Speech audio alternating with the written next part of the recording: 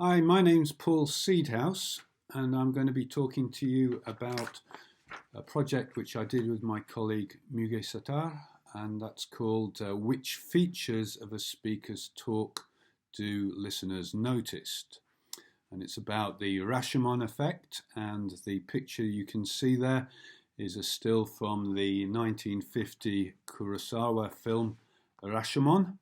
And in this film, a number of witnesses provided different conflicting accounts of the same event, but the viewer was given no guidance as to which of the accounts was correct. Personally, I think the last account was correct. This film became famous for subverting the previous expectation that viewers would always watch a single true narrative. The viewers had to make up their minds for themselves. Now, in legal circles, it's been known since time immemorial that if a number of people witness the same event, whether it's a crime or a disaster or an accident, they may give differing, contradictory, competing narratives of the event and the apportionment of blame. In other words, they're noticing different features of the event and producing different narratives.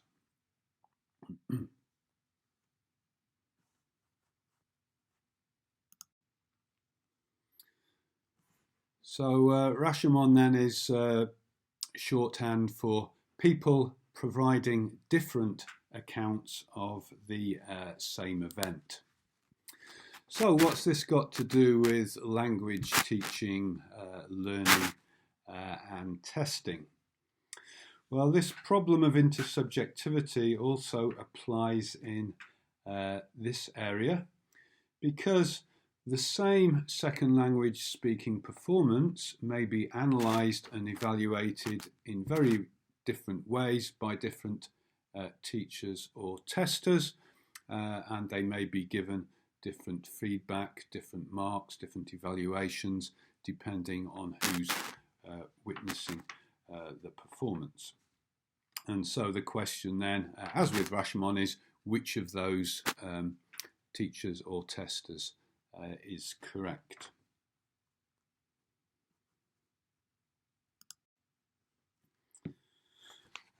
So, language teaching and testing, as we know, are huge global industries.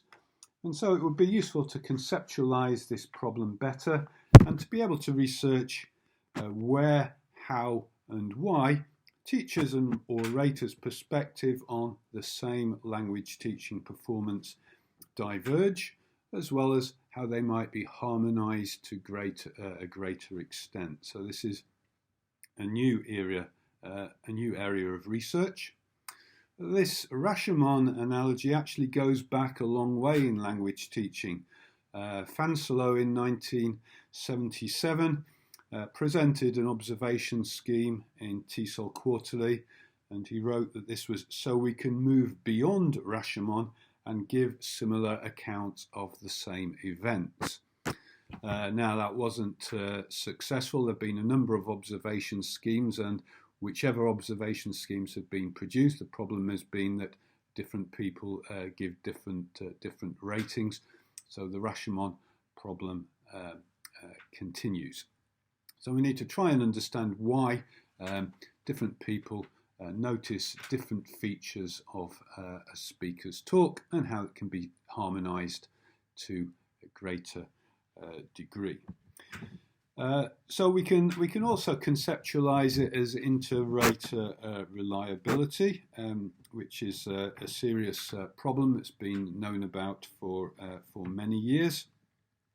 How do we get people to notice the same features of talk and to give similar grades or evaluations? And over the decades in applied linguistics, numerous coding schemes, rating schemes, and methodological approaches have been used to help in this continuing quest.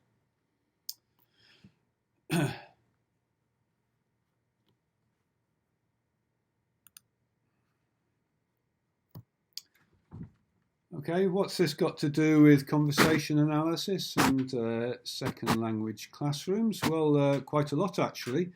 When we do CA data workshops of second language lessons, we are in effect conducting exercises in developing intersubjectivity in relation to interactional episodes. We're trying to get everybody focusing and trying to reach agreement on what is happening, how to analyse the interaction. They can also be seen as exercises in developing inter-rater reliability. So at the end there should be a shared way of looking at the interaction. And there are also exercises in analysing second language performances.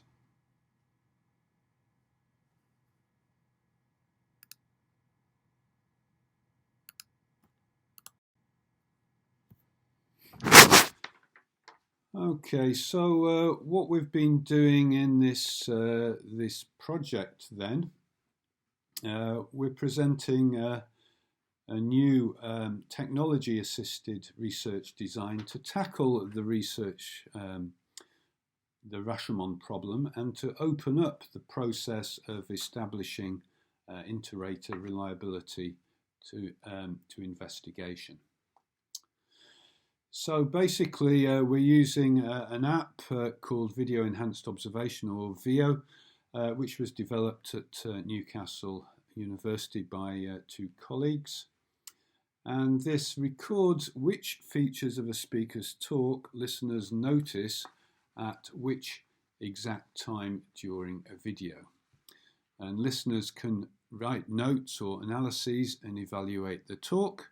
This can be done live or post hoc. You can upload videos for analysis.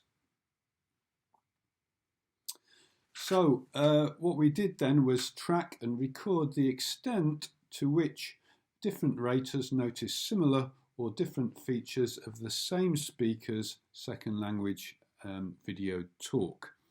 And we used 4 raters to do this. And we were able to measure what are the relative degrees of convergence and divergence between raters at any point.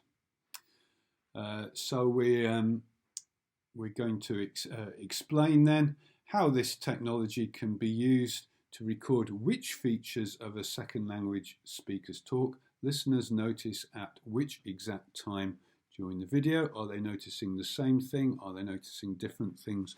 What scores are they giving when?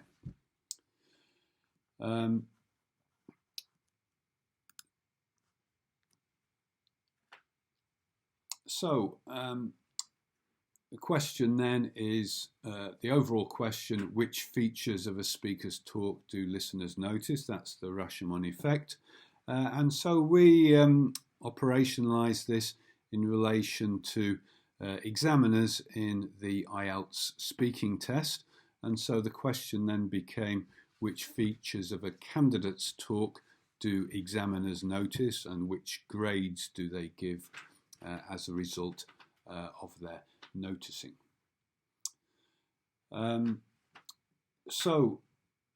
This same video then can be played using this app. The same video can be played to any number of users anywhere in the world, and the users then record what they notice when, as well as how they analyse or evaluate the talk, and this generates a corpus, and we can do comparisons between raters.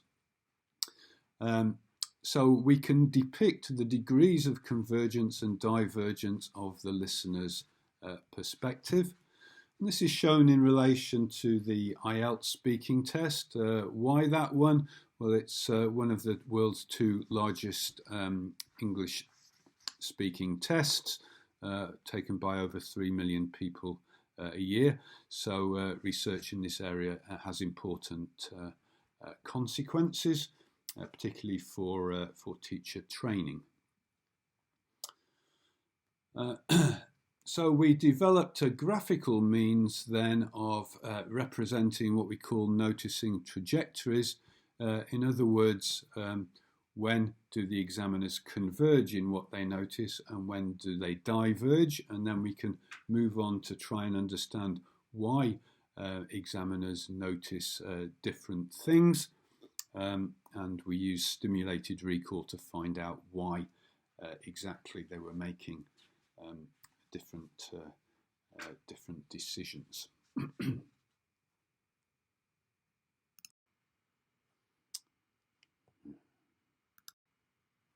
We can see the text there, the most people, so this shows the grammatical mistake that the examiner noticed, and this is why a score of 6 has been allocated at this point.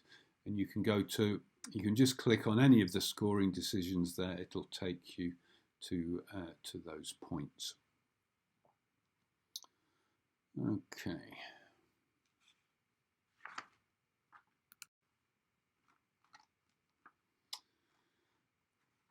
Right, so what happens then is that we can get what we call a noticing trajectory. And what we show you here is a graph of a noticing trajectory for one examiner only in relation to one candidate only, and it then tells you the decisions that the examiner has made, what has been noticed when, and which marks have been given. So if you look at the colour orange there are 2 decisions, they're both an 8, so, and the final score for fluency and coherence is 8, so that's stayed constant throughout. If you look at pronunciation though, that's varied quite a lot. It starts off at 7, goes down to 6, down to 5, but the final decision is 7. So you can ask, well, what was the bad pronunciation which led to this this score of 5 at this point? So you can go to any of these points and play the video back.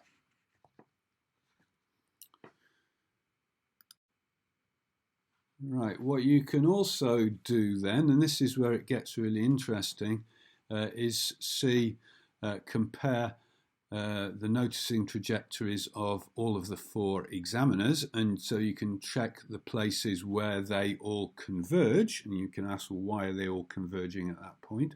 And you can also look at the points where they all diverge, in other words, they notice different things and they give different scores, and you can ask, why are they doing that?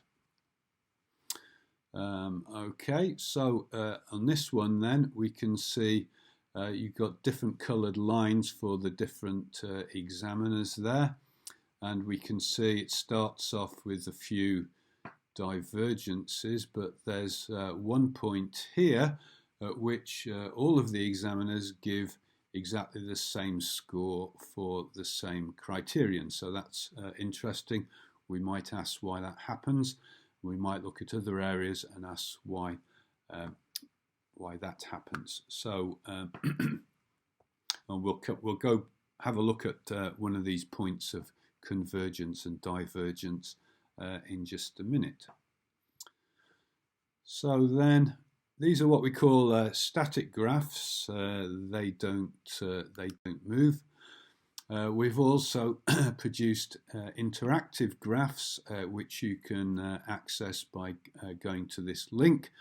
I can't show you these, well, I can show you them, but then the problem is the file size explodes and won't be able to fit on the system, so I'm not going to show it you. But basically you can click on any point, it'll take you to that point, it'll show you what decisions the examiners took at that point. You can hear the candidate speaking and see what judgments the examiner's making, and you can go through the whole video like that. So you can decide what it is that you want to look at. But the most important thing maybe is to ask why. Why do we get divergence and convergence? Because look, our aim is to produce interrelator reliability, so we've got to understand this point in relation to the big question, why do we get divergence and how can we harmonise so people are rating noticing the same things and producing more similar scores. So we can use the VO system then to produce stimulated recall interviews. In other words, play everything back to the examiners and ask them to comment further on the reasons for their decisions, and that's what we did.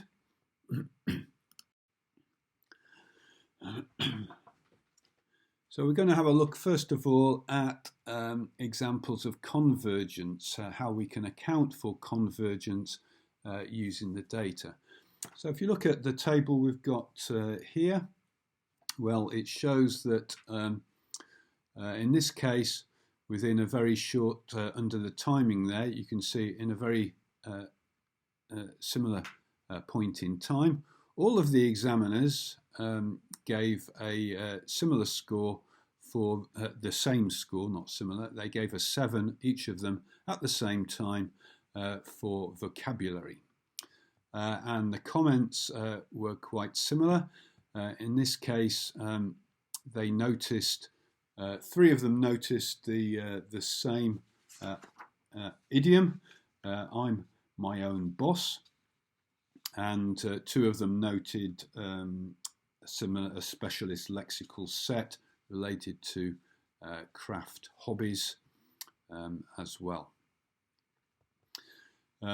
So the evidence from this section is that raters tend to notice idioms and they reward their use with a high mark even if they're not delivered quite perfectly. And we tried to explore this. We then had a focus group with all the examiners together. Why is this happening?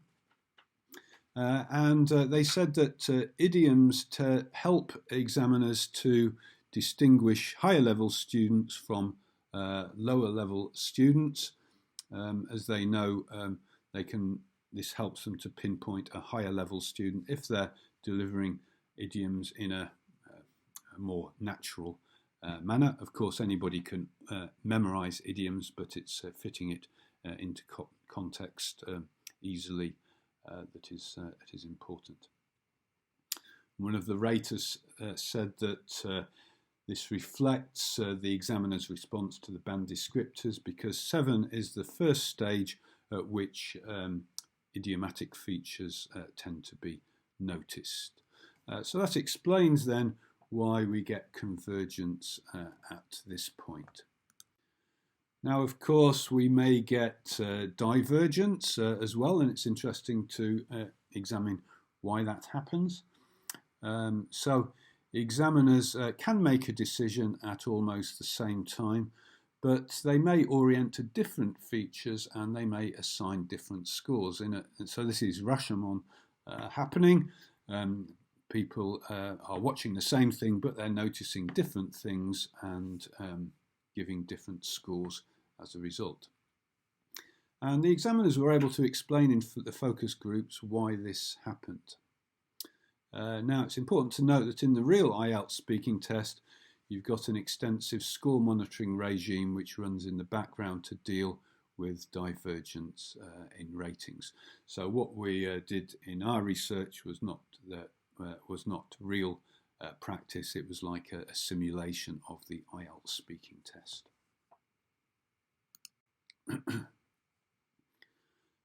So here we've got an example looking at 3 raters at the same time. So they're all watching the same video, but they're looking at 3 different criteria. They're all looking at the same candidate at the same time.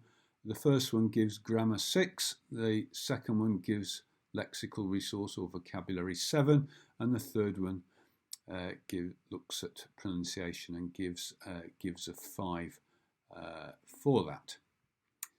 And then they make notes saying what they noticed, and we have below that a transcript of the interview. So the first one, omission of the definite article. Second one, idiomatic use, collocation.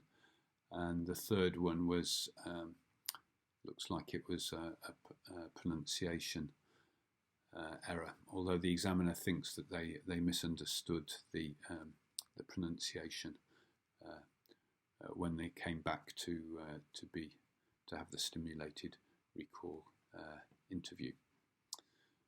Okay, and the examiners in the focus group, they explained why they thought this had happened. It was at a later stage in the interview, and you can read about that if you want.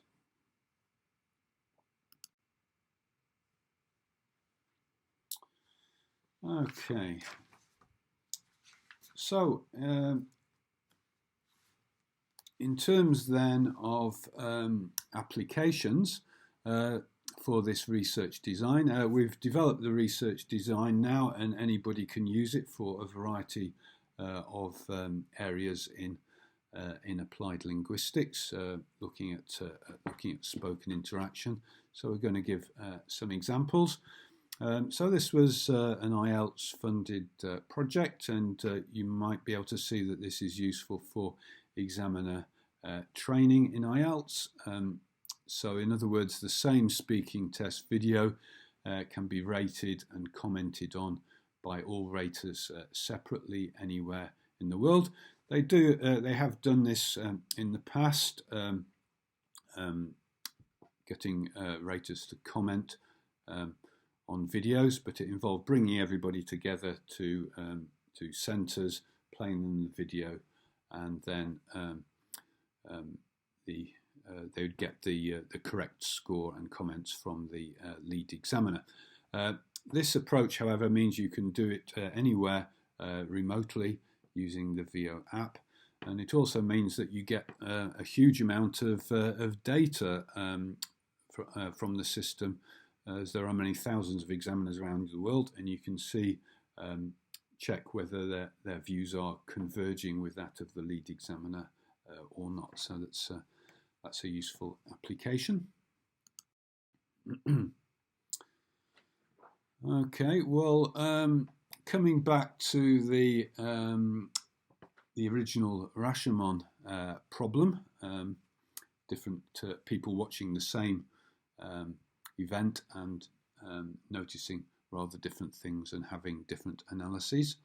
What we've developed here then is a systematic and methodological approach to opening up research in this area.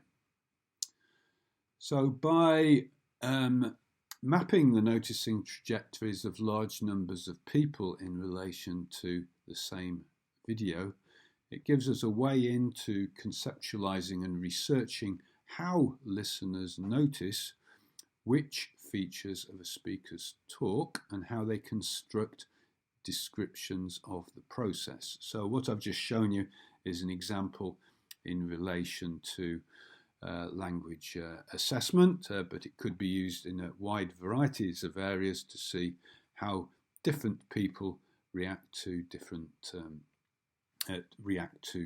the same speaking performance.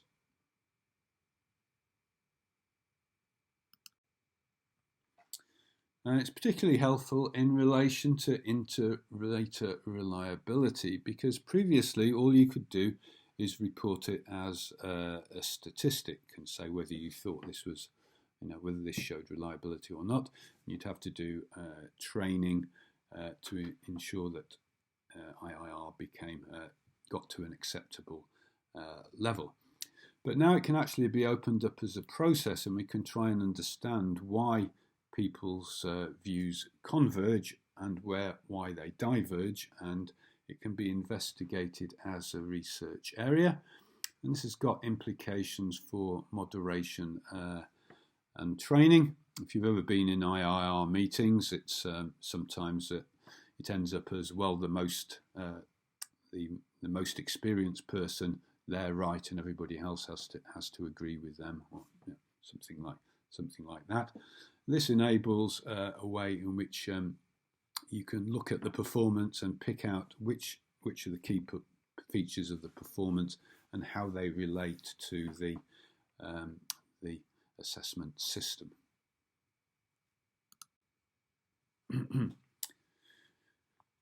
Now, where it gets very interesting then is in relation to second language classroom interaction. Because using the VO app and the research design we've developed, you can play the same video to any number of users anywhere, and they each, in a traditional CA data workshop, everybody listens to everybody else's comments, and sometimes what happens is that, again, the most experienced people tend to, their view is carried, and some people don't say anything.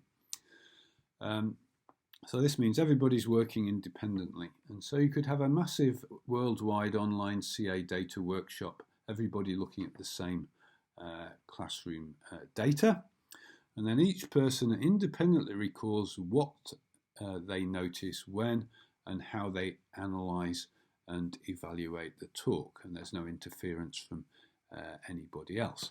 And then you collect and you can produce graphs showing where views converge, where they diverge, and when. So I think that would be an interesting project for somebody to take up.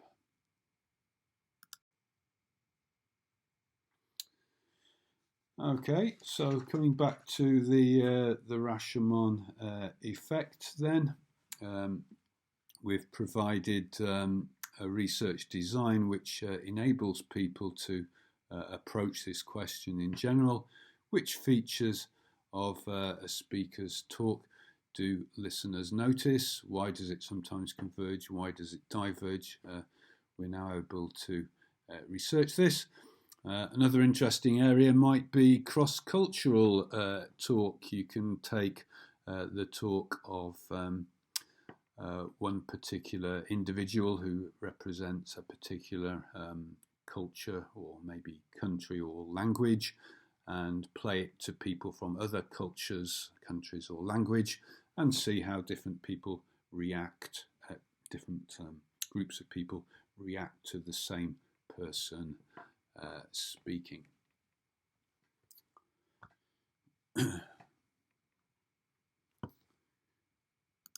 Right, and acknowledgement to the funding for this project. And there's a publication available on this from Classroom Discourse. That's an open access article. And if you're interested in how the app can be used for language teaching, we have a book out with a number of empirical studies later in 2021. So thanks everybody for listening, and that's the end of the slideshow.